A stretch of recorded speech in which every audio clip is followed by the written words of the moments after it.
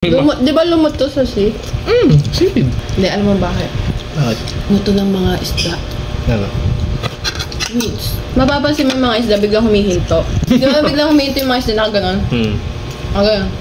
Hindi sila tulog. Eh, nakamulat ang mata eh. Kayo sila. Kasi kumain sila. Paano? Namatay siya. Naman bakit? Nahuli. Nakatanga dun eh. Alam nyo na, don't do with kasi mahuhuli ka.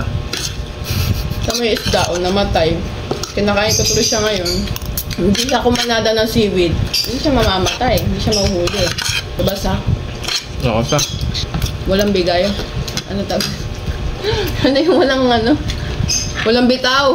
Walang bitaw. Bigay. Walang bitaw. Boss Oma.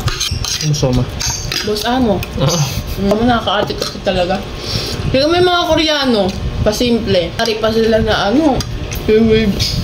Kaya siguro masarap yung ano, no, seaweed soup. Kasi nakakahayi siya. Ano naman tayo. Ano na gagawin pag nasa ito, di ba? Ano na? Gusto mo ba? Oo na. Ayoko na.